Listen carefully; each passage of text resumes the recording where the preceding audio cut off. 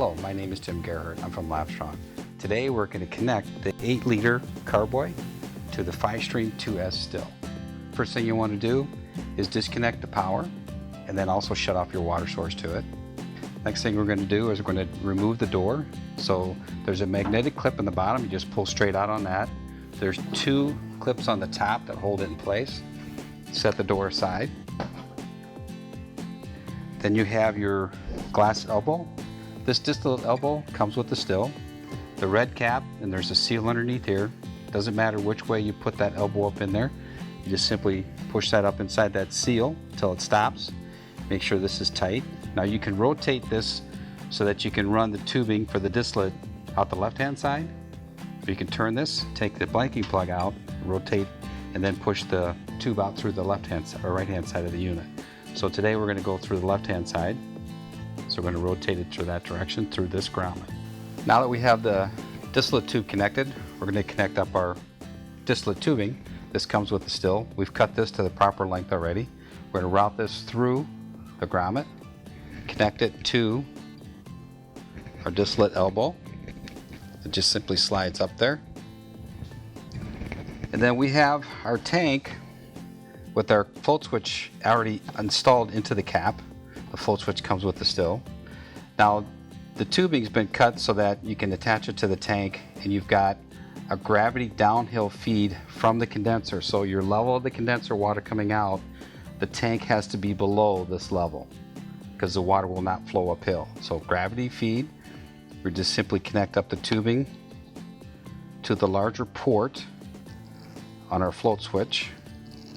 So you've got that in place. Once that is in place, and you don't want any sags where it's going down this direction like that and then trying to get back up to the tank.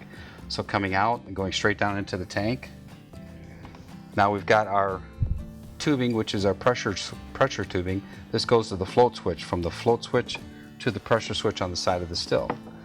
We've got that cut already. So this is a smaller tube, so will not fit onto the larger port that's set up for the distillate. You just simply push that down over the top of the port.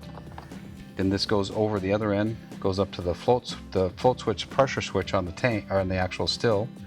That simply slides up onto there. And then that will activate and deactivate the still, so that when the tank is full, the pressure in this float will push air up into this tubing, into this pressure switch, and at the proper pressure it'll shut off the still. When you start drawing water off the tank, that will get displaced and the air will get pulled back through, and then that'll change the pressure in this tubing and in this pressure switch, and that will re-evaluate this, and it'll actually turn this back on so that it'll actually set the still so that it starts back up again for you. Whenever you're using the 8-liter tank, you always want to connect up your overflow to the atmospheric drain in case the float switch or the pressure switch fails. You just connect up a tubing to the hose bar fitting, push it up as far as you can go, and then connect the other end to an atmospheric drain. So this is automatic operation, so that when the tank is full, it shuts off. The tank gets about half full, it'll turn the still back on to refill the tank again. And that's how you connect up an 8-liter Carboy to a Fi-Streem 2S still.